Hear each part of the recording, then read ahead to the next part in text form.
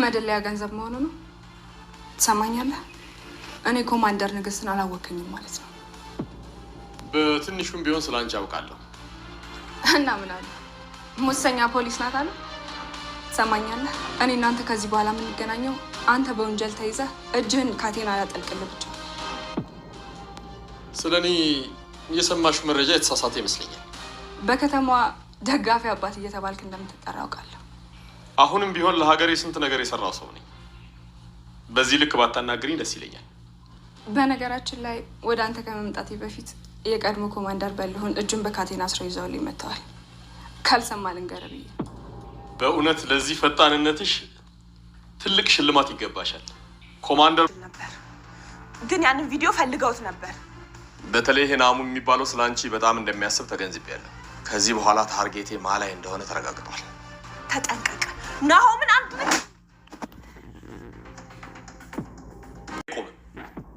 ፋኑኤልን ተው፣ እሱ የህዝብ አገልጋይ ነው። ቆይ እኔ ማንን ነው የማገለግለው? እስኪ በዚህ ሰዓት ህዝቡ ማንን ነው የሚደግፈው? ይሄ የተደበቀው ክፉ ማንነትን ስለማያውቁ ነዋ። ግን መነኝ ይሄ ማንነት አንድ ቀን መጋለጡ አይቀርም። ይኸውልሽ ይልቅ ዶክተርሽን ለዛሬ ማታ እንዲዘጋጅ ንገሪው። አለበለዚያ ምን ነገ ጠዋት የምሰጠው። ቆይ አምራን፣ እስከ ዛሬ የሰራሽው ተጣ አይበቃሽም? ለእሱም ተመሳሳይ ነገር ነግሬው ነው የመጣሁት።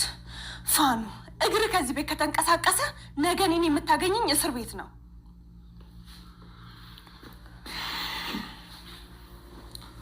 አላደርገውም፣ አይዞሽ።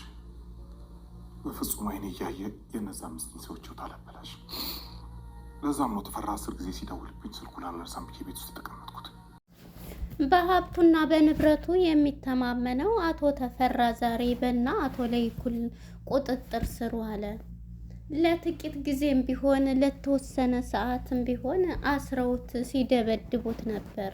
እሱ ግን ማንም አይነካኝም፣ እኔ ከመንግስትም ከሁሉም ጋር የምሰራ ባለሀብትና ታዋቂ የተባልኩኝ ነኝ እያለ በሚዲያ ላይ ጥሩ ሰው ሆኖ በቲቪ የሚያስተላልፈው ተፈራ ዛሬ ግን እጅ ተፈንጅ ተይዞ ነበር በእነ አቶ ለይኩንና በአቶ ሲምባ ማለት ነው። በዚህም ግን እሱ በየቦታው ሰዎቹ የሞሉትና በየስፍራው የእሱ ሰዎች ስለሆኑ በጣም የሚወደውንና የሚሳሳለትን ተሰማን በቁጥጥር ስር እንዲውል አስደርጓል አቶ ተፈራ። በዚህም የተነሳ እኔን ካለቀቃችሁ ለደቂቃም ለማይክሮ ሰከንድም አይቆይላችሁም፣ ቀረጣጥፈው ነው የሚጥሉት በማለት ያስፈራሩታል። እንግዲህ አቶ ለይኩንም ማንም ከኛ ቤተሰብ እንዲጎዳበት ስለማይፈልግ ሊፈታው ተገዷል። ለጥቂትም ቢሆን በቃ ምንም እንዳታደርጉት ተፈራን እንለቃለን በማለት አቶ ለይኩንም ለአጋቹ መልስ ሰጠ። ምክንያቱም ነገር ግን ፈጥነው ቢለቁትም ግን አቶ ተሰማ ግን አጋቹን ደብድቦ ነበረ ያወጣው። ነገር ግን ስልክ ባለመንሳታቸው ተፈራን ሊለቁት ችለዋል ማለት ነው። ንግስት የተባለችው እንግዲህ በትሁት ድራማ የምናውቃት ትሁት ዛሬ ደግሞ የኮማንደሩ ምትክ ሆና ወደ ኑሐሚን ድራማ ተቀላቅላለች። ንግስት ታደምማለች ማለት ነው። ንግስቷ ለሀቅና ለእውነት እየቆመች ትመስላለች። አሁን ላይ በሁሉም በሀቅ ላይ እንድትሰራ ሆና የተመሰረተች ትመስላለች። አሁን ላይ ወደ ተፈራ ቤት በማቅናትና ወደ አቶ ለይኩን ቤት በመሄድ ወንጀለኛ የተባሉ ሰዎችን በፍለጋ ላይና በቁጥጥር ላይ ለማዋል ቀን ከሌሊት እየሰራች ትገኛለች ንግስት የተባለችው ኮማንደር። ሰላም ጤና ይስጥልን ውድና የተከበራችሁ የቻናሌ ቤተሰቦች እንኳን ወደ ቻናል በሰላም መጣችሁ። ኑሐሚን የተሰኘው ተከታታይ ድራማ እንደቀጠለ ነው። ክፍል 161 በባለፈው ፓርት ላይ እንግዲህ አቶ ተፈራ በመኪና ላይ እየሄደ ሹፌሩም የሱ ሹፌር የሆነው ከመንገዱ ላይ ገጭ ሲሉበት ነበረ። አቶ ለይኩንና አቶ ሲምባ ማለት ነው መስመሩን ሲይዙበት ሊጥለው ሲያንገዳግድ የነበረው። በዚህም የተነሳ ልታጋጨኝ ነው ምንድን ነው እያለ በጣም ሲጮህበት ነበር። እሱ ግን መንገዱን ስለያዙበት ነበር። ተፈራም እነኚህ ሰዎች በቃ አልላቀቀኝ አሉ። ምን አይነት ሰዎች ናቸው ጋር የተጋጠምኩት በማለት እነሱ እውነትንና ፍትህን ፊት ለፊት የሰውን ልጅ እንዲህ እያደረገ እናጋልጣለን፣ ሰሚ እንኳን ባናገኝ በራሳችን ጉልበት ተጠቅመን የምናደርገውን እናደርጋለን። የደሃ ልጆችን እንደዚህ እያደረገ ኩላሊት እያወጣ ስሙንና ዝናውን ግን የውሸት እያወራ በቲቪና ለሰዎቹ የድሆች አባት እየተባለ በሚገላቸው ሰዎች ላይ እያስወራ የሚገኘው አቶ ተፈራ አሁን ላይ ግን ያወቁበት ስራውን ሲምባና አቶ ለይኩን ማለት ነው ፊት ለፊት ተጋጥመውታል። በዚህም የተነሳ ጎትተው ይዘው ነበረ እንግዲህ ወደ ሆነ ቤት አግተው የወሰዱት። በዚህም አግተው ይዘው በሚሄዱ ሰዓት እንግዲህ ብዙ ነገሮች ሶስቱም ሲያደርጉት ነበር። በመጨረሻ ግን የሚያሳዝነው ነገር አቶ ተሰማ ሊያዝ ችሏል ማለት ነው። በየቦታው የእሱ ሰዎች ስለሆኑ እሱ ሲያዝ ወዳው የያዘው የእሱ የሾፌር የነበረው ተሰማን ነበረ። ተሰማን አግቶ እንግዲህ ሽጉጥ ደቅኖበት ነበረ። መጀመሪያ ስለ ራሱ እያወራ ተሻለ ዳንክ እያለ ደህና ስጋ ስላለኝ ድኛለሁ እያለ ሲያሾፍ፣ ከኋላ ግን መቶበታል የተፈራ ሰውዬ ማለት ነው። እንግዲህ ተፈራ ሲያዝ በጓደኛው በአቶ ለይኩን ጓደኛ በአቶ ተሰማ ነበር የተያዘ። ተሰማም ታግቷል። ይሄኛውም ተፈራ ታግቶ ትንሽ ሲደበድበው ነበረ። አንተ ጥጃ እያለው ነበር እንግዲህ ናሆምን ማለት ነው። ይሄን ሰውዬ ዛሬ በፍጹም አንለቅም እያለ እንግዲህ እየተበሳጨ የሚገኘው ናሆም ከድንገት ስልኩ ሲደወል እንግዲህ ያላወቁት አቶ ተሰማ ማለት ነው አቶ ለይኩን ተሰማ ተይዟል፣ ከሱን ሰውዬ ካለቀቀው ዛሬ ይሄን ሰውዬ በህይወት አታገኘውም፣ ስትለቅ ነው የምንለቀው እንግዲህ ብሎ ሀገራችን ላይ የሚደረገውን ነገር ነው። ምክንያቱም በአሁን ሰዓት ሹፌሮችም ሲሄዱ ታግተው ይሄን ያክል ሚሊዮን ካላመጣ ይሄንን አግተናል፣ ይሄንን እንቆርጣለን እየተባለ የሚደረገው የሀገራችን ወንጀል የሚደረገው ነው የሚሰራውና እንግዲህ ጥሩ ሰው መስሎ እየሰራ ያለው አቶ ተፈራ በሚዲያና በማህበራዊ ሚዲያ ጥሩ የድሆች አባት እየተባልኩ የምጠራው ነኝ በማለት ዝናውንና ሰዎችን አብሮት የሚሰሩትን በማስገደል እንደዚህ ወንጀለኛ ለማስባል አሁን ላይ አምራንም በጭንቀት ውስጥ ትገኛለች ማለት ነው። እናም በዚህ የተነሳ ተፈራም ሊለቁስ ችለዋል ማለት ነው። ምክንያቱም ተሰማ ስለተያዘ፣ አቶ ለይኩን ደግሞ ጓደኛዬ ሁለተኛ መጎዳት የለበትም ስልክ ደውለውም ቢያናግሩት ምንም የሱን ወሬ እንዳሰማው በጭራሽ እንዳለቀው ያንን አረመኔ እያለ ነበረ። በዚህም የተነሳ እንግዲህ ተሰማም ደህና ሰውነቱ ራሱ ትልቅ እንኳን ቢሆን ናጠጋ በላይ ብሎ በመጨረሻ በጆሮውን ነበረ በእንክሻ ይዞ እጁን ፈቶ በቦክስ ብሎ ጥሎት የወጣው ነበር አጋቹን። ነገር ግን ቀድመው እናቶ ሲምባ ለቀውታል ማለት ነው ተፈራን። ናሆም ግን በጣም እየተበሳጨ ነው። ይሄ ሰውዬ እኮ ብዙ ሰው እንትን ያለ ነው፣ ለምን ይለቀቃል? በፍጹም አይለቀቅም ሲባል ነበር። አይ መልሰን እንይዘዋለን እያሉ እንግዲህ ለቀውታል ማለት ነው። እሱም ቀጥታ ወደ ቤት ማን ጋር እንድተጋጠማቸው አላወቃቸውም እኮ እያለ ራሱን ከፍ ከፍ ሲያደርግ የነበረው ሲምባ ማን ነው ተፈራ ማለት ነው ሊለቀቅ ችሏል። እንግዲህ አምራንም ብትሆን አሁን ላይ ሰው ገላ መጀመሪያ የእሷን ቪዲዮ ነበር አምጣ ብለው ጥያቄ ያቀረቡለት እናቶ ለይኩን ማለት ነው። የእሷን ቪዲዮ ታጠፋለህ ትሰጠናለህ ቢሉትም በፍጹም ይሄ የማይገመት ነው፣ አላደርገውም፣ ይሄንን ከምሰጣችሁ ሞቴን እመርጣለሁ ብሏል። ምክንያቱም ወንጀል እሱ አይገልም፣ ሰዎችን እያስገደለ። ሁለተኛ ደግሞ የሚያሳዝነው ነገር ፖሊስ የነበረውን ራሱ ገሎ የነበረውን ሰው አቶ ሲምባ እንደገደለው አድርጎ ነው እንግዲህ ኮማንደሩን የባለፈው የኮማንደሩን ሰው ራሱ ነበር የገደለው በዛው በሰው ማለት ነው። ነገር ግን እሱ ነው የገደለው ሲምባ ብሎ የሱን ስም ነው እንትን ሲል የነበረው። ፖሊሷ እንግዲህ ንግስት የተባለችው በኮማንደር በይኑ የተተካችው ትሁት ማለት ነው አሁን ላይ ንግስት ኮማንደር ሆና መታለች ማለት ነው። እሷም ለእውነትና ለፍትህ እሞታለሁ እያለች ነው ያለችው።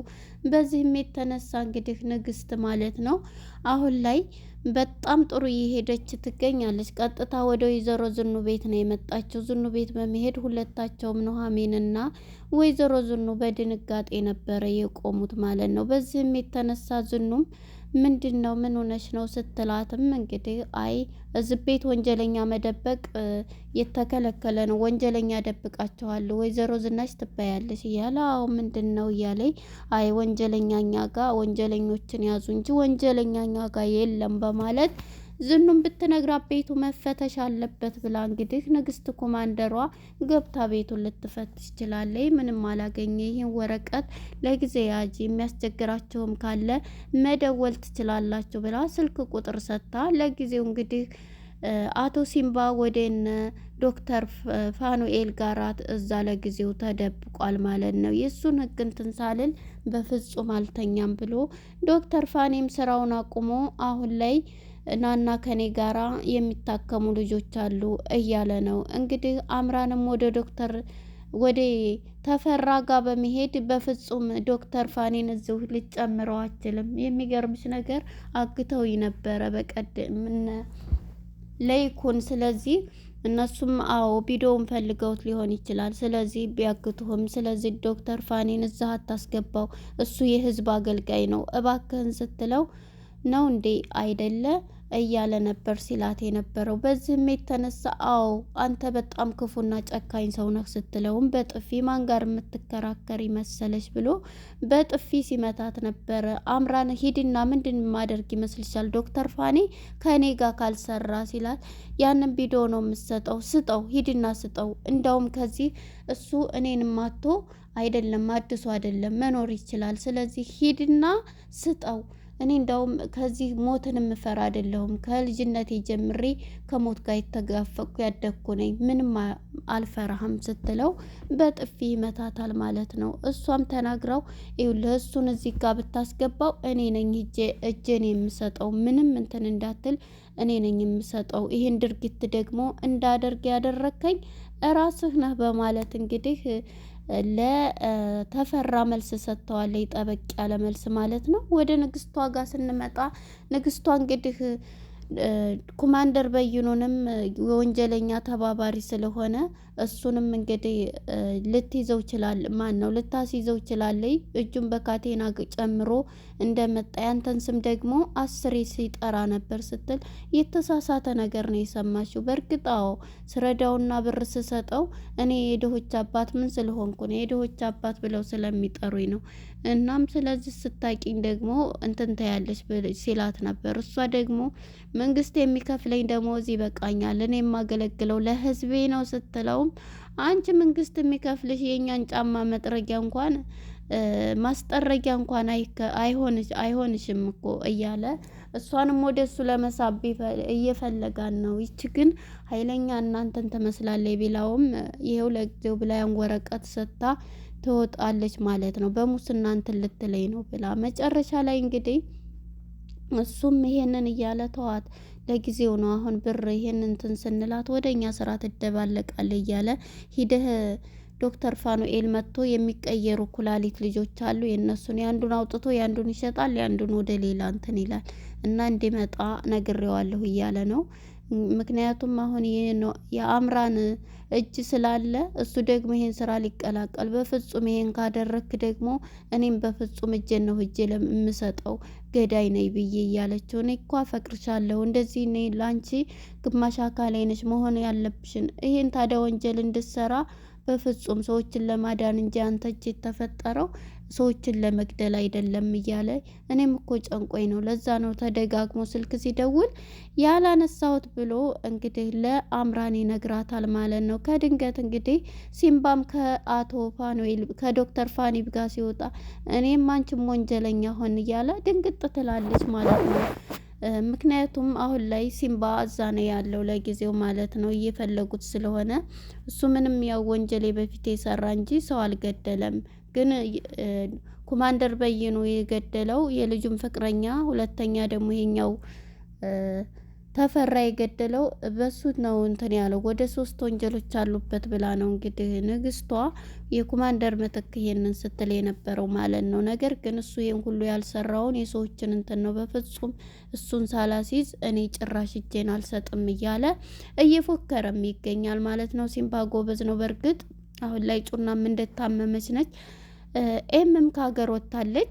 አቶ ለይኩንም ወደ ኮማንደሯ ንግስት ጋር በመሄድ መልእክት እየሰጣት የሱ ሰው ብትሆን እሱስ ቀጠሯት ሲሆን አውቃለሁኝ ይሄ ነው እያለ በዘረዝረውም ይህችም የሱና ማለት ነው እያለ አቶ ለይኩን እዚህ ድረስ ከነገርኩሽ እያለ ሚስጥሩን ሊነግራት ነበርና የሱ ሰውስ ብትሆን እያለ ነበረ። እንግዲህ እዚህ ላይ ነበረ ኑሐሚንን እራት ጋብዞ ናሆም አብረው እየተገባበዙ ይሄ ቀን እኮ ናፈቀኝ ካገባን የጫጉላችን እንኳን እንትን ሳይል ትግል ገባን እያሉ እንግዲህ እየታደሰ እየመጣ ነው ማለት ነው። የነ ኑሐሚን ድራማ እንዳዲስ ሰዎችም እየተጨመሩ ይመጣሉ። እንግዲህ ትሁትም ለእውነትና ለሕዝቧ የቆመች ለፍትህ የምትሰጥ ይመስላል። ምክንያቱም አሁን ላይ ኮማንደር በይኑንም ካለበት በእጁ ካቴና ገብቶ ወደ ማረሚያ ቤት ለማስገባት ችላለች ማለት ነው። እንግዲህ የተፈራ ነገርም አሁን ላይ የሚጋለጥ ይመስላል። እናም እንግዲህ አሁን ወንጀለኞች ምንም ጊዜና ገንዘብ አለን ብለው ብዙ ነገር በሰዎቹ ላይ ወንጀል ቢሰሩም የሚያዙበት ጊዜ ቀላል አይደለምና አሁን አቶ ተፈራ ሊያዝ ትንሽ ነው የሚቀረው። ነገሮችን ይችኛዋ ልጅ ጎበዝና ጠንካራ ትመስላለች። ተፈራ ግን አሁንም በገንዘቡ የሚተማመነው ከኛ ጋር ትሰራለች፣ አሁን የሆነ ገንዘብ ስንሰጣት ወደኛው ነው ጉልስስ የምትለው እያለው ነው ያለው ማለት ነው። እንግዲህ እዚህ ላይ ነበረ ፊልሙ ያለቀው። ለነበረን ቆይታ አመሰግናለሁ። ባይ ባይ።